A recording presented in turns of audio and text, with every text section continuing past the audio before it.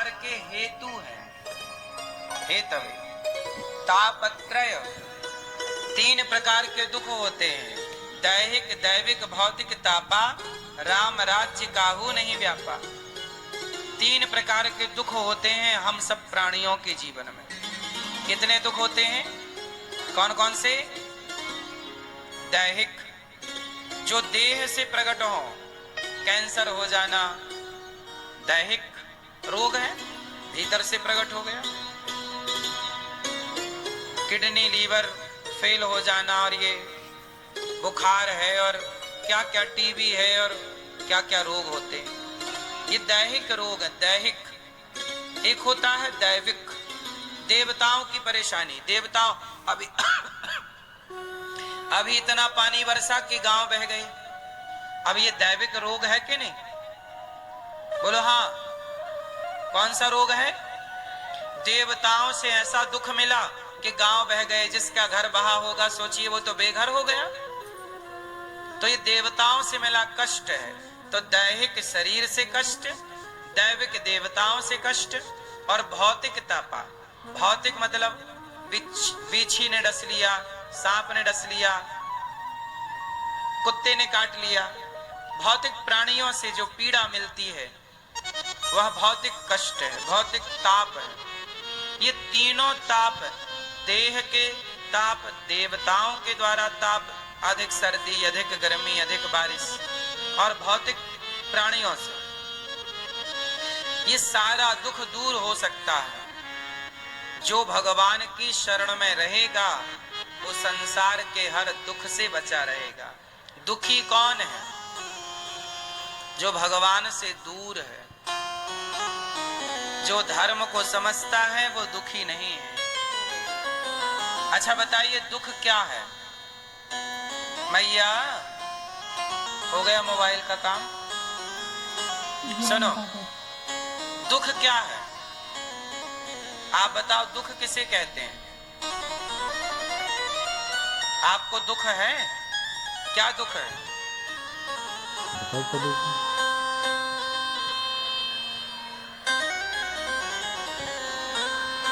सब कुछ मिलकर भी कुछ मिल नहीं पा रहा।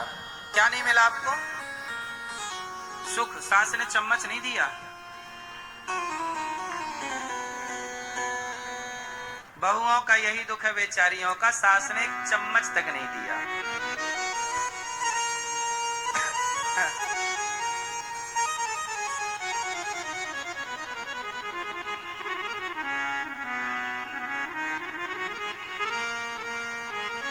तो फिर ऐसा करो कि चम्मच लो और पति वापस करो।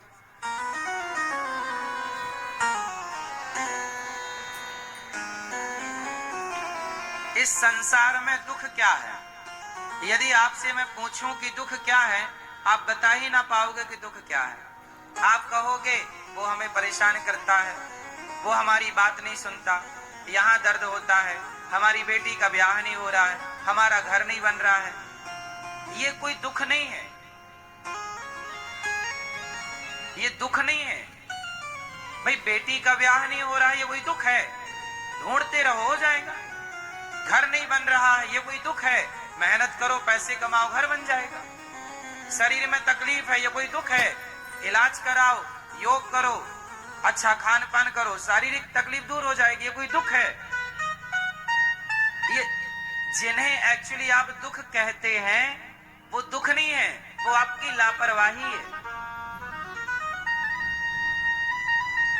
वो आपकी अकर्मण्यता है, और आप उन्हें दुख का नाम देते हैं। सच्चाई अब आप ये न बता पाओगे कि दुख किसे कहते हैं। चलो आप बताओ दुख किसे कहते हैं? आप बताओ, आप बताओ दुख किसे कहते हैं?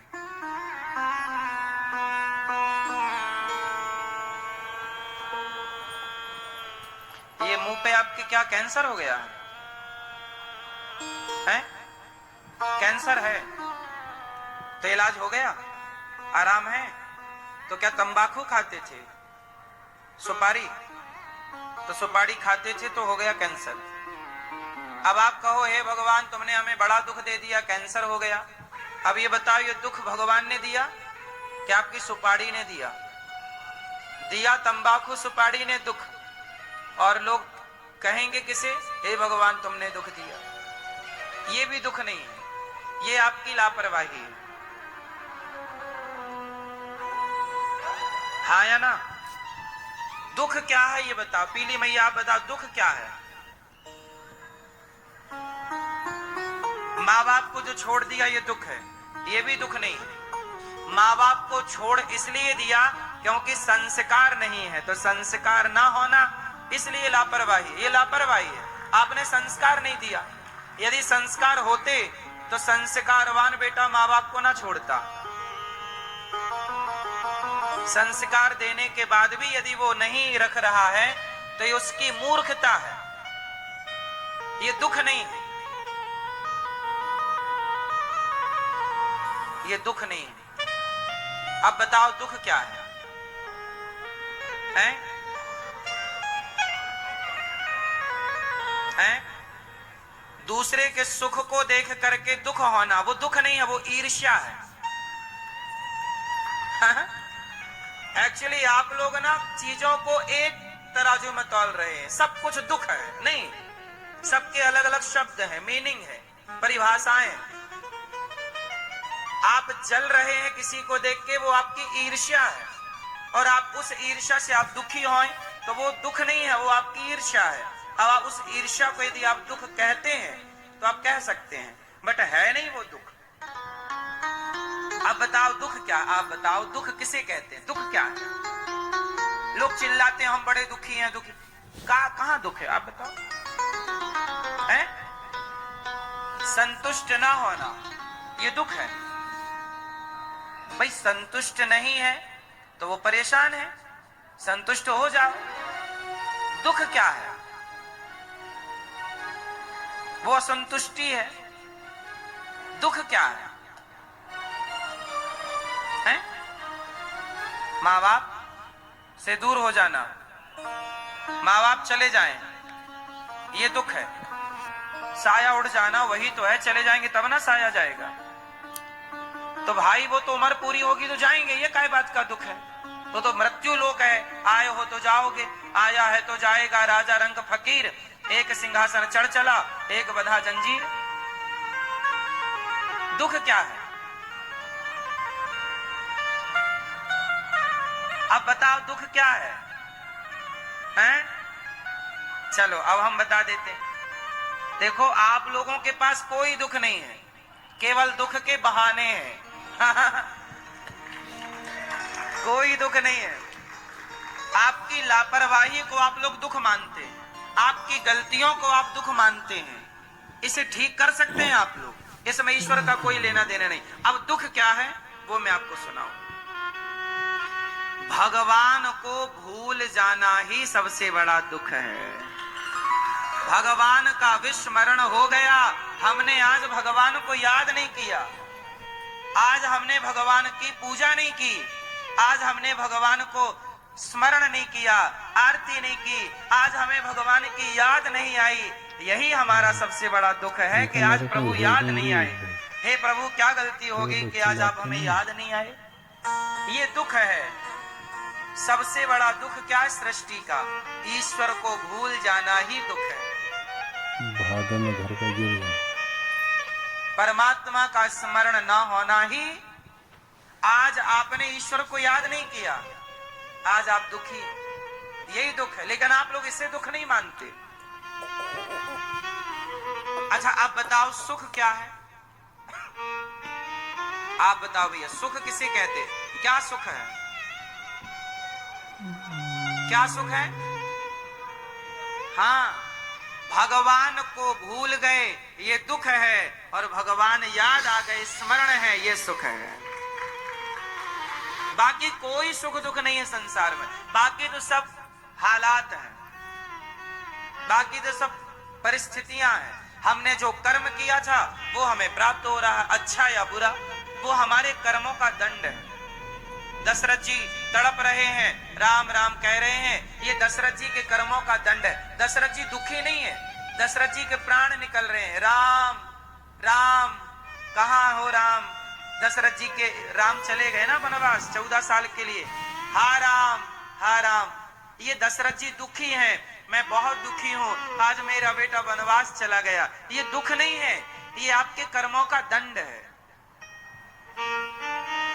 ये आपके कर्मों का क्या है? कर्म दंड है। आपने भी किसी माँ बाप को तड़पा तड़पा के मारा था, श्रवण कुमार को मार दिया था तो उनके माँ बाप तड़प तड़प के मर गए थे। जब आपने किसी के बेटे को मारा और किसी का बाप तड़पा तो आप भी जब बाप बने तो आप भी तड़प रहे हैं। ये कर्म दंड है, ये दुख नहीं है। हाँ या ना? भीष्म पितामह बाणों की सैया पर लेटे हैं, ये कर्म दंड था। उन्होंने सांप को कांटों के ढेर में डाल दिया, उनको बाणों की सैया मिल गई, ये कर्म दंड है। इसलिए मेरी माँ, सबसे बड़ा दुख है भगवान को भूल जाना। इसलिए कहो, हे नाथ, मैं आपको कभी भूलू नहीं।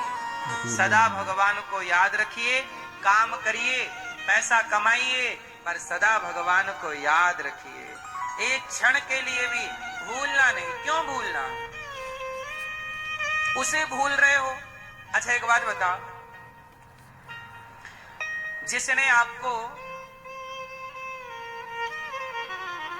आपको 1 किलो सोना दिया हो, माना कि किसी ने दिया आपको सोना 1 किलो नहीं, चलो तोला भर दिया होगा किसी ने,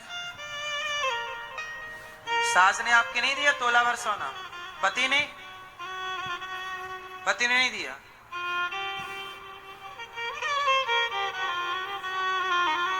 तो सास ने क्या दिया आपको? आर्टिफिशियल दिया है। पति भी आर्टिफिशियल है कि ओरिजिनल है? पति तो ओरिजिनल दिया है, आपकी सास ने तो दिया है, तो सास का धन्यवाद भी दिया करो। सुनो, किसी ने आपको 1 तोला सोना दिया ना, आप उसे याद रखते हो? याद रखते हो कि नहीं? किसी ने आपको 5 तोला सोना दिया हो, किसी ने आपको घर दे दिया हो, याद रखते हो कि भाई इन्होंने दिया है, और आप भूल जाओ तो आप मतलब गलत व्यक्ति हो। किसी के एहसान को नहीं भूलना चाहिए। क्यों? हमें कोई 1 गिलास पानी पिलाए तो भी हमें उसका एहसान नहीं भूलना चाहिए। धर्म तो यही कहता। अब सोचिए कि हम लोग वो हैं कि किसी के 1 गिलास पानी को नहीं भुलाते, तो जिस परमात्मा ने हमें देखने को आंखें दी, चलने को पांव दिए, हम उसे कैसे भूल सकते हैं? हर समय उसे याद रखो, क्योंकि उसी ने आपको ये सुंदर सा जीवन दिया। वो ना होते, वो ना देते, वो अंधा कर देते तो आप कर क्या लेते? वो लंगड़ा कर देते तो आप क्या कर लेते? इसलिए भगवान को हर पल याद रखिए कि प्रभु आपका दिया ये जीवन है। तो भगवान सत चित आनंद, विश्व की उत्पत्ति पालन संहार, तापत्र, सारे दुख को दूर कोई कर सकता है तो भगवान की शरणागति सारा दुख दूर कर सकती है। दुख से मुक्त होना है तो समर्पित हो जाइए भगवान के चरणों में। ऐसे भगवान को जो सारा दुख दूर कर सकते हैं, ऐसे भगवान को हम राधा सहित कृष्ण को नमस्कार करते हैं। तो दुख क्या है? भगवान को भूल जाना। और सुख क्या है? यही है। बाकी सब सुख दुख की परिभाषाएं फिर आदमी अपने हिसाब से जो करता है वो अलग है। वो तो आदमी अपने अपने परिस्थिति के अनुसार बोलता रहता। वो परिभाषाएं ओरिजिनल नहीं, ओरिजिनल ये है। इसलिए कुंती बुआ ने भगवान से क्या मांगा? हमें सुख नहीं चाहिए, हमें दुख चाहिए। कुंती बुआ ने भगवान कृष्ण से क्या मांगा? कुंती बुआ ने कहा, विपदा संतु न शश्वत तत्र तत्र जगत गुरु। हे प्रभु, हमें कुछ देना हो। कन्हैया बोले, बुआ मैं आपको क्या दूं? कुंती बुआ बोली, देना चाहते हो? हाँ, तो मुझे दुख दे दो। दुख क्या कहती हो बुआ? सारी दुनिया सुख चाहती है, आप मेरे से दुख मांगती हो। कुंती बुआ बोली, प्रभु जब दुख था तो हर दुख में आप करीब थे, आपका स्मरण था, आप याद थे। अब सुख आ गया तो डर लग रहा है कहीं आपको भूल ना जाऊं। और मुझे तो यही लगता है केशव कि आपको याद रखना ही सुख है, मुझे और कोई सुख चाहिए नहीं, बस तू याद रहे, तू ना चला जा। बस एक कुंती बुआ ने ये परिभाषा बनाई है कि कृष्ण को याद रखना ही सुख है और कृष्ण को भूल जाना ही सीधी सी बात। बाकी रही संसार की, तो ये तो संसार आता जाता रहता है, धन दौलत हानि लाभ तो रोज होता है। आज आपको फायदा हुआ, कल नुकसान हुआ, फिर फायदा हो गया। आज आपने 10,000 कमाए, कल 5,000 कमाए, परसों आप 50,000 कमा सकते हैं। ये तो रोज का उतार चढ़ाव है, समुद्र की लहरें हैं, आई गई आई। क्यों? ये संसार का सुख तो किससे ना होगा, लेकिन आप लोग क्या है, संसार में बह जाते हैं और वो प्रभावित करने लगती हैं चीजें आपको। यम प्रव्रजन्तमनुपेतमपेत कृत्यम द्वैपायनो विरह कातर आजुहाव पुत्रेति तन्मयतया तरवोभिनेदुस् तं सर्वभूत हृदयं मुनिमानतोस्मि। भगवान के पुत्र हुए हैं,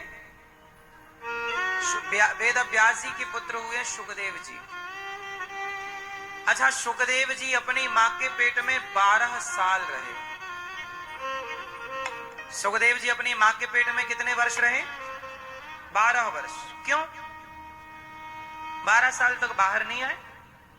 वेद व्यास जी बोले अपने बेटे से, बेटा बड़े हो गए हो, बाहर निकलो। तो अंदर से आवाज आती, सुखदेव जी ना, मैं बाहर नहीं आता। क्यों? अच्छा, सुखदेव जी मां के पेट में 12 साल तक रहे। अच्छा, सुखदेव जी मां के पेट में गए कैसे? इसकी भी एक कथा है। एक बार शंकर जी माता पार्वती को लेकर अमरनाथ गए और वहां अमरनाथ के जंगल में डमरू बजाई, डम डम डम डम डम डमरू बजाई, सारे पशु पक्षी भाग गए, जंगल हो गया खाली। अब शंकर जी बैठे आसन लगाकर, पार्वती जी बैठी सामने। पार्वती जी बोली कि प्रभु हमें कथा सुनाओ। तो शंकर जी बोले कि हम कथा तो सुनाएंगे, पर हम जो कथा सुनाएंगे ना वो बहुत थोड़ा गहरी है, सब सुन ना लें। सबको भगा दिया डमरू बजा के, चलो चलो चलो चलो। कथा सुनने के अधिकारी सब लोग थोड़ी हैं। शंकर जी चाहते तो सबको बिठा के कथा सुनाते, पर नहीं। कहीं मेरे द्वारा दिया गया ज्ञान, कहीं उस ज्ञान का कोई मिसयूज ना कर ले। आपको पता है पाकिस्तान के हाथ परमाणु शक्ति लग गई, रोज धमकी देता, पटक दूंगा पटक दूंगा, जैसे उसने पटाखे बना रखे हो कि पटक दूंगा दीपावली में। गलत व्यक्ति के हाथ में कोई ताकत लग जाए तो वो उसका मिसयूज करता है, जैसे कि पाकिस्तान परमाणु का कर सकता है। बोलो हाँ कि ना? गलत व्यक्ति के हाथ शक्ति लग जाए तो वो मिसयूज होगी। उसी तरह हमारे ऋषि मुनियों ने ज्ञान को बचा के रखा। सबके लिए ज्ञान नहीं है, ज्ञान सबके लिए नहीं। अब जैसे आप लोग भारत के ऋषि मुनियों पे कुछ लोग आरोप लगाते हैं कि पहले तो सबको पढ़ने नहीं दिया गया, पढ़ाई पर सबका अधिकार था, पढ़ो सब, काका गागा सब जानो, अयोन रिल सब जानो। लेकिन कुछ ज्ञान था जिस ज्ञान के सब अधिकारी नहीं थे। इसे मैं थोड़ा सा समझाऊं, आपको समझना हो तो, कि कौन सा वो ज्ञान है जिस ज्ञान के अधिकारी आप में से बहुत लोग होंगे तो बहुत लोग नहीं होंगे। और यदि मैं वो ज्ञान दे दूं तो बाजार में किस तरह से मिसयूज हो सकता है, एक उदाहरण से मैं आपको समझाता हूं। तैयार हैं? तैयार हैं? सुनो, हमारे ऋषि मुनियों ने सामान्य ज्ञान तो सबको होना चाहिए, पढ़ना आए, लिखना आए, बोलना आए, ये सब सामान्य ज्ञान सबको, इस पढ़ाई का सबको अधिकार था। पर कुछ ज्ञान था जो सबके लिए नहीं था। जैसे आपने रामचरितमानस में एक प्रसंग देखा होगा,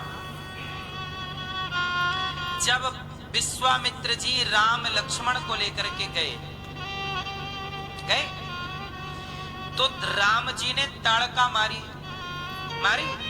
वो ताड़का मारने के बाद विश्वामित्र जी का यज्ञ पूरा कराया, राम जी ने कराया। और हाँ, जब यज्ञ पूरा हुआ उसके बाद विश्वामित्र जी ने राम जी को बिठाया और राम जी को दिव्यास्त्र प्रदान किए। दिए कि नहीं? दिव्य शक्तियां दी। विश्वामित्र जी ने जो शक्तियां तपस्या के बल पर पाई, जो ज्ञान तपस्या के बल पर पाया, वो सारा नॉलेज विश्वामित्र जी ने किसे ट्रांसफर कर दिया? बोलो, राम को ही क्यों किया? राम के पिता दशरथ जी को क्यों नहीं किया? और किसी को क्यों नहीं किया? राम को ही क्यों किया? क्योंकि उस शक्ति, उस ज्ञान के अधिकारी केवल राम थे। तो पात्र देखा जाएगा ना कि क्या ये पात्र है मेरे ज्ञान को धारण करने का। ये हो गई पहली बात। अब दूसरी बात और सुनो। जब रावण की मृत्यु हुई और वो पड़ा ऐसे अचेत, तब आपने एक कथा सुनी होगी छोटी सी। इस कथा के बहुत प्रमाण नहीं है, इसलिए मैं इस कथा को बहुत प्रामाणिक नहीं, फिर भी प्रसंगवश चलती है तो मैं सीख लूं उस कथा से। तो एक कथा छोटी सी है, आपके नॉलेज के लिए। जब रावण गिरा, राम जी ने नाभि में बाण मारा, वो गिर गया धड़ाम से। तब राम ने लक्ष्मण जी को कहा कि जाओ, रावण मर रहा है, बहुत बड़ा ज्ञानी है, थोड़ा सा ज्ञान ले लो।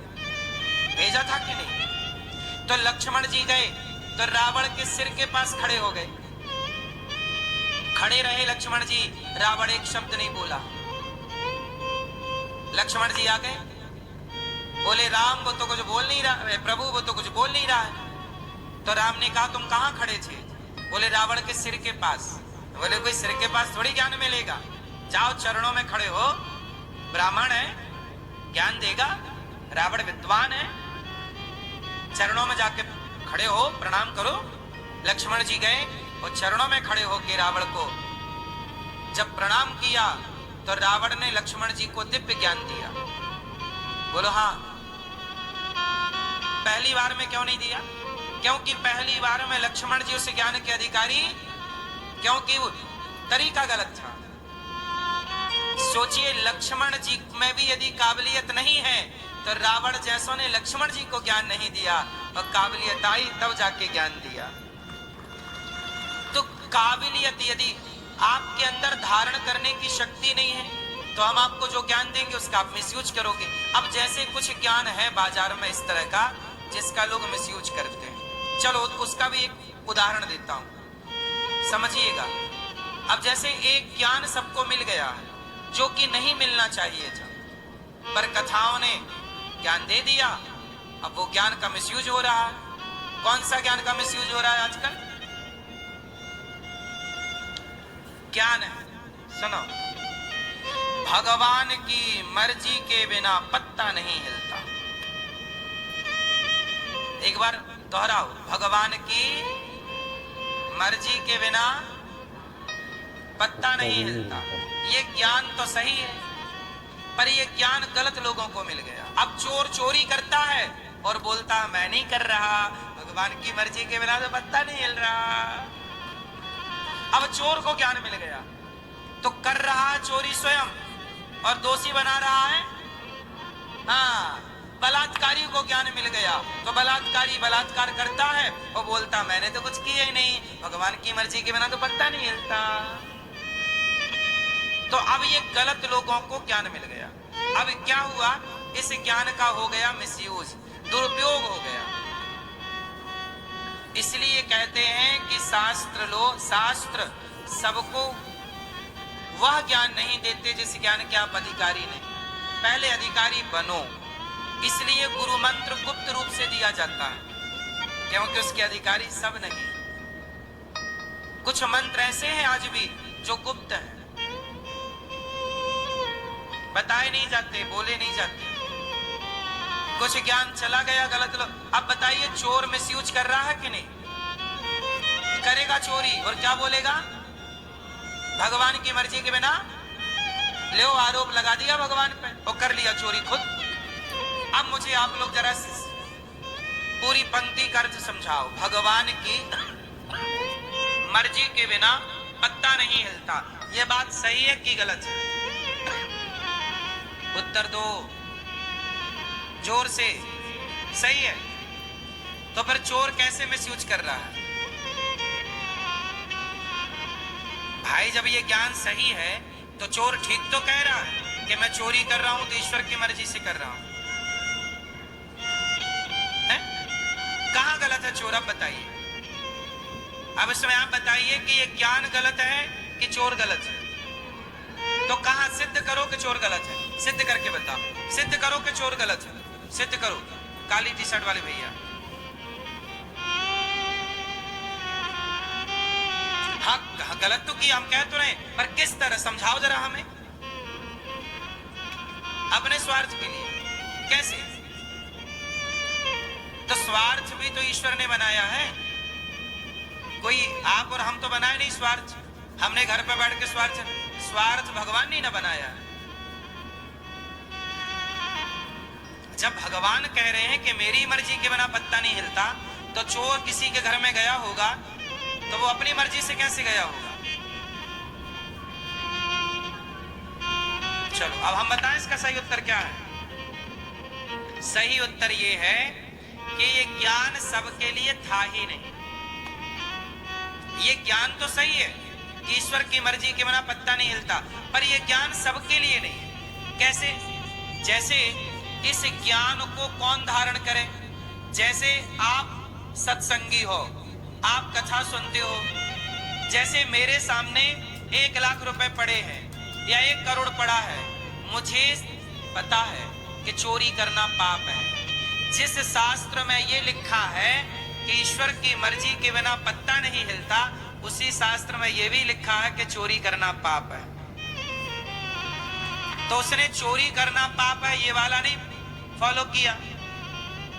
तो भाई जब तक आप 5वीं नहीं पढ़ोगे, 10वीं नहीं पढ़ोगे, कॉलेज नहीं करोगे, तब तक पीएचडी कैसे होगी? तो वैसे ज्ञान का नॉलेज नहीं है तो ऊपर के ज्ञान के आप अधिकारी नहीं है। तो चोर इस ज्ञान का अधिकारी इसलिए नहीं था क्योंकि चोर ने पूरा पाठ तैयार नहीं किया। यदि वो पहले के भी पाठ लेसन पढ़ लेता कि भाई इस ज्ञान के पहले ये ज्ञान पाना जरूरी है। वो ज्ञान क्या है? जैसे आप में से बहुत लोग यहाँ पर ऐसे होंगे कि आपके सामने 1 करोड़ पड़ा होगा, आप नहीं उठाएंगे क्योंकि आप जानते हैं कि चोरी करना गलत है। समाज में कुछ लोग ऐसे भी हैं साहब, हजारों करोड़ को लात मार देते हैं और अपना 20,000 रुपए कमा के खुश हैं क्योंकि ईमानदारी से जीना सीखा है। अब ऐसे लोगों के लिए ये ज्ञान है कि जो हो रहा है ईश्वर की मर्जी है। जो व्यक्ति इतना सहनशील है, इतना आत्मज्ञानी है, सुदामा जैसे लोग 4 दिन चूल्हा नहीं जलता फिर भी शिकायत नहीं है, तो ये ज्ञान सुदामा जैसों के लिए था। ये ज्ञान संतों के लिए है, भक्तों के लिए है, उनके लिए नहीं है जो गलत कर ही रहे। बात सही है कि गलत है? गलत व्यक्ति के हाथ ज्ञान लग गया तो वो चिल्ला रहा है। अब देखो, मैं सत्य से चलता हूं, धर्म से चलता हूं, आप भी सत्य से चलते हैं, धर्म से चलते हैं। 1 रुपए हमारे यहाँ चींटी को मारना पाप है। आप में से बहुत लोग होंगे जो चींटी को भी नहीं मारते होंगे। आप में से बहुत लोग होंगे जो किसी जीव की हत्या करने से डरते होंगे, और कुछ लोग हैं जो तलवार लेके काट ही रहे हैं गर्दन बकरे की और मछली की। तो जो मछली की गर्दन काट रहा है वो कहे कि जी भगवान की मर्जी के बिना पत्ता नहीं हिलता, मैं इसे मार रहा हूं, ये भी मर्जी भगवान। नहीं साहब, तुम्हारे लिए नहीं। जिस जगह ये लिखा है कि भगवान की मर्जी के बिना पत्ता नहीं हिलता, उसके पहले ये भी लिखा है कि सब पर दया करो, दया धर्म का मूल है, पाप मूल अभिमान। तो आपने बाकी चीजें क्यों नहीं फॉलो की भाई? 100 बोलिए 100 की गिनती तक पहुंचने के लिए आपको 90 पढ़ना पड़ेगा, 91 पढ़ना पड़ेगा। जब तक 50 नहीं पढ़ोगे, 60 नहीं पढ़ोगे, 70 नहीं पढ़ोगे, 80 नहीं पढ़ोगे तो 100 को क्या समझोगे? जो 1 से 99 तक समझ चुका वो 100 को भी समझ लेगा, और जिसने 1 से 99 को नहीं समझा वो 100 को नहीं समझ सकता। तो जिसने शास्त्रों की बाकी बातें नहीं समझी वो ये बात नहीं समझ सकता कि ईश्वर की मर्जी के बिना पत्ता भी नहीं हिलता। ये ज्ञान उन लोगों के लिए है जो बाकी चीजों को भी फॉलो कर रहे हैं, क्योंकि शास्त्रों में केवल एक ही बात तो लिखी नहीं है, एक बात कहने के पहले और बातें लिखी। संविधान में कोई एक धारा तो है नहीं कि आपने एक धारा पढ़ ली, बाकी धारा से आपको कोई मतलब नहीं। सारी धाराएं आपको पढ़नी पड़ेंगी यदि आप कानून को जानना चाहते हैं तो। बोलो हाँ, ऐसे ही है। धर्म को जानो तो पूरा जानो, आधा जानोगे तो फिर वही होगा कि चोरी करके आप आरोप भगवान को लगाओगे। एक बार ऐसा हुआ, अब इसको पूरा मैं निराकरण करता हूं, इस पूरी घटना का। इसका एक बार क्या हुआ, एक जंगल था, जंगल नहीं, एक बगीचा। उस बगीचे में एक चरवाहा बगीचे के बाहर गाय चरा रहा था। तो बगीचे में ना बाड़ी थी, वो गांव में नहीं होता बबूल का कांटा, कांटों की बाड़ी लगाते हैं गांव के किसान, और कांटे यदि पुराने हो गए ना तो गैया जरा मौका मिला तो गैया घुस जाती है, बाड़ी तोड़ के गैया फसल में घुस जाती है, ये गाय का स्वभाव है। तो एक बगीचा था, उस बगीचे में बगीचे की तकनवारी करने के लिए कोई व्यक्ति था, बगीचे का मालिक, वो उसका बगीचा था, वो रक्षा करता था, कोई घुसे ना। तो एक ग्वाला था, वो बाहर गैया चरा रहा था, उसकी एक गैया घुस गई, और जब गैया घुसी तो बगीचे का मालिक दौड़ा कि गैया मेरे बगीचे में आई, फसल बिगाड़ रही है। उसने एक डंडा मारा जोर का गैया को, वो बेचारी गैया के सिर पे लगा, वो सिर पे लगा तो गैया मर गई। जब गैया मरी तो उस आदमी के पास आई गौ हत्या। कौन आया? पूरा ध्यान से सुनना, यदि ये कहानी सुन ली तो आपको सब आगे का चीजें क्लियर हो जाएंगी, और नहीं सुनी तो कंफ्यूजन फिर भी रहेगी। ये कहानी नहीं है, मैं आपको कुछ समझाने के लिए कहानी सुना रहा हूं। एक बगीचे का मालिक था, उसके बगीचे में किसी की गैया घुस गई, उसने जोर से मारा, गैया मर गई। और जब गैया मरी तो गौ हत्या आई, गौ हत्या का पाप आया। वो पाप बोला, गौ हत्या बोली कि भैया तुमने मुझे मार दिया, अब मैं तेरे ऊपर चढ़ूंगी, गौ हत्या लगेगी ना। तो गौ हत्या, अब वो आदमी था चतुर, बोले गौ हत्या तुम मुझे मत लगो। क्यों ना लगो? क्योंकि मैंने तुम्हें नहीं मारा। किसने मारा? बोले मेरे पांव चलते ना तो मैं तुम तक पहुंचता कैसे, और पहुंच भी गया।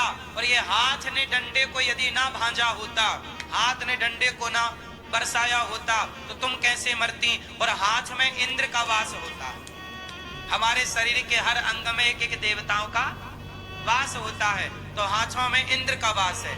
तो ये हाथ यदि ना ऐसे चलते तो तुम कभी ना मरती। इसका मतलब हत्यारा मैं नहीं हूं, हत्यारा कौन?